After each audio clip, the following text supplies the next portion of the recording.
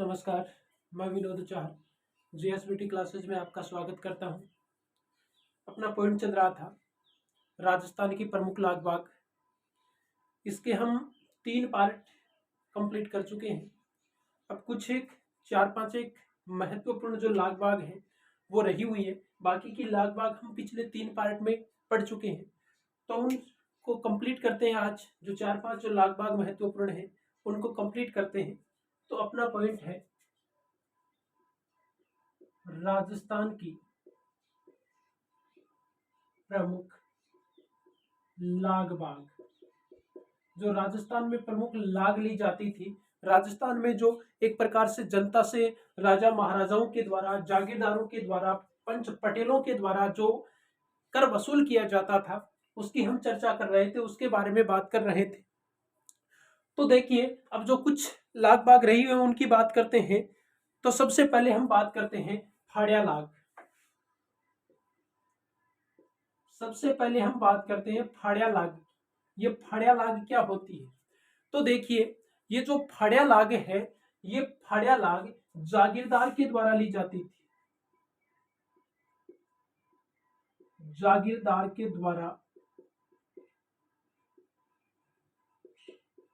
लिया जाने वाला कर कह सकते हैं, या ली जाने वाली लाग बाग है वो कह सकते हैं। ये फाड़िया लाग है, ये कौन वसूल करता था? तो ये फाड़िया लाग जागीरदार वसूल करता था। और जागीरदार किस रूप में वसूल करता था, किस लिए वसूल करता था? तो देखिए, जागीरदार क्या करता था? जागीरदार हासिल हासिल करता था, किसानों से हासिल प्राप्त करता था।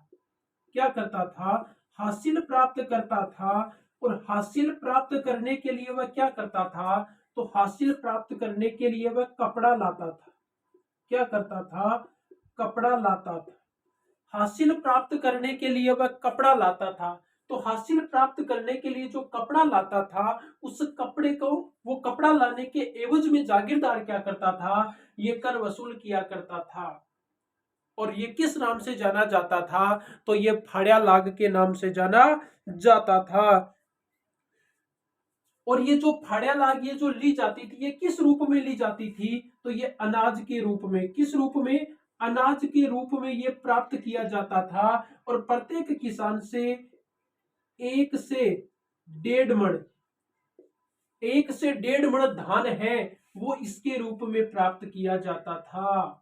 क्या करता था? इस फाड़िया लाग को किस रूप में प्राप्त करता था? तो अनाज के रूप में प्राप्त करता था। प्रत्येक किसान से कितना अनाज लेता था? तो प्रत्येक किसान से 1 से 1.5 मण अनाज लिया करता था। तो ये लाग कौन सी लाग कहलाती थी? तो ये फाड़िया लाग कहलाती थी।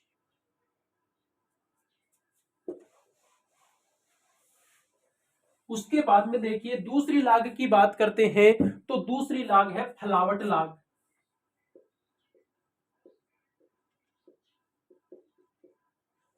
जो दूसरी लाग है, ये दूसरी जो लाग बाग है, ये किस नाम से जानी जाती है? तो ये फलावट लाग के नाम से जानी जाती है। और ये फलावट लाग भी कौन प्राप्त करता था, कौन लेता था? तो ये फलावट लाग भी जागीरदार ही लेता था। जागीरदार ही लेता था। और जागीरदार किस रूप में लेता था? तो ये भी अनाज के रूप में ही लिया जाता था। किस रूप में? तो अनाज के रूप में लिया जाता था। और क्यों लिया जाता था? तो ये जो हासिल हासिल करता था उसके लिए लेता था। किसके लिए? हासिल प्राप्त करने के लिए। हासिल प्राप्त करने के लिए, यानी हासिल प्राप्त करने के लिए क्यों लेता था? तो इनके जो कर्मचारी, हासिल प्राप्त करने वाले जो कर्मचारी होते थे, उन कर्मचारियों को वेतन देने के लिए, उन कर्मचारियों को वेतन देने के लिए क्या करता था? ये प्राप्त करता था।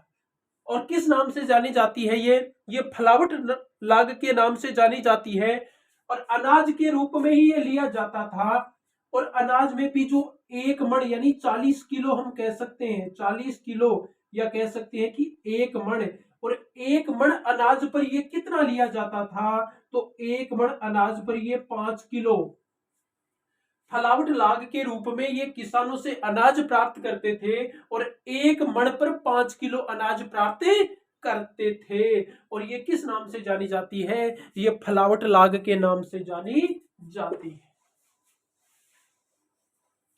आगे हम बात करते हैं पोस्ट कार्ड लाग। अगली अपनी जो लाग बाग है उसका नाम है पोस्ट कार्ड लाग।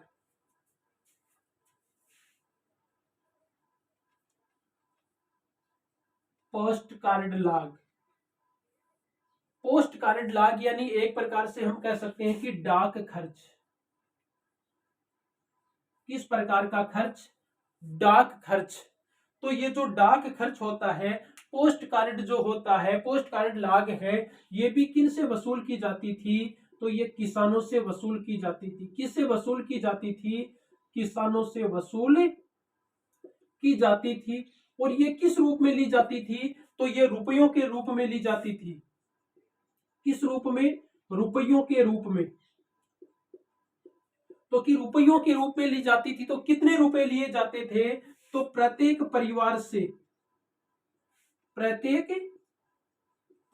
से 2 रुपए से लेकर 6 रुपए तक ये प्राप्त किया जाता था। प्रत्येक परिवार से 2 रुपए से लेकर 6 रुपए तक वसूल किया जाता था। किसके लिए वसूल किया जाता था? तो ये डाक पर होने वाला जो खर्च है, उस खर्च के लिए ये वसूल किया जाता था। उसके बाद में बात करते हैं पान चराई। अगली जो लाग है वो है पान चराई। और ये पान चराई जो लाग है, ये भी किन से ली जाती थी? तो ये पान चराई लाग भी किसानों से ली जाती थी। किसानों से ली जाती थी। किस रूप में? तो किसान है वो क्या करते थे? जो खालसा भूमि होती थी, जो खालसा भूमि होती थी, उस खालसा भूमि पर क्या करते थे? अपने पशु चराते थे। जो खालसा भूमि होती थी, उस खालसा भूमि पर जो पेड़ पौधे होते थे, उनके जो पत्ते होते थे, वो पत्ते वो किन को चराते थे? अपने पशुओं को खिलाते थे। तो वो पत्ते खिलाने के एवज में, या कह सकते हैं कि खालसा जो भूमि होती थी, उस खालसा भूमि पर पशु चराने के एवज में किसानों से ये लाग ली जाती थी। वहां पर जो घास फूस होता था, जो पत्ते वगैरह होते थे, वो खिलाते थे। तो उनके एवज में ये लाग ली जाती थी। और इसे किस नाम से जाना जाता था? इसे पान चराई करके नाम से जाना जाता था।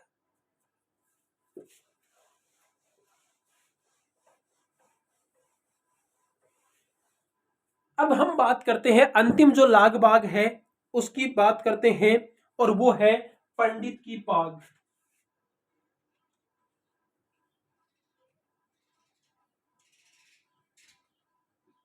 अंतिम जो लाग बाग है उसका नाम है पंडित की पाग।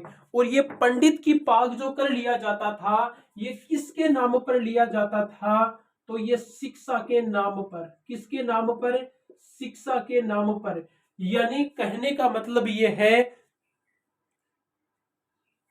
कि जो किसानों के बेटे होते, किसान होते थे, उन किसानों से जो शासक वर्ग होता था, वह शासक वर्ग अपने जो बेटे बेटियां होते थे, अपने जो राजकुंवर होते थे, उनको जो शिक्षा देते थे, गुरु के द्वारा उनको शिक्षा ग्रहण करवाई जाती थी।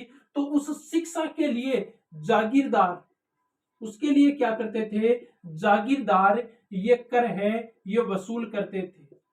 जागीरदार कर वसूल करते थे। तो इसमें जागीरदार है वो अपने बेटे बेटियों के लिए, राजा जो होते थे वो अपने राजकुंवर या उनके लिए वो क्या करते थे? जो शिक्षा की व्यवस्था करते थे। तो उस शिक्षा पर जो खर्च होता था, उसको पूर्ण करने के लिए, उस खर्च को पूरा भरने के लिए, या कह सकते हैं कि क्या करते थे? वो किसानों से कर लिया करते थे। ये किसानों से कर लिया करते थे। किसके नाम पर हो गया? शिक्षा के नाम पर। और वो किस नाम से जाना जाता था? वो पंडित की पाग के नाम से जाना जाता था।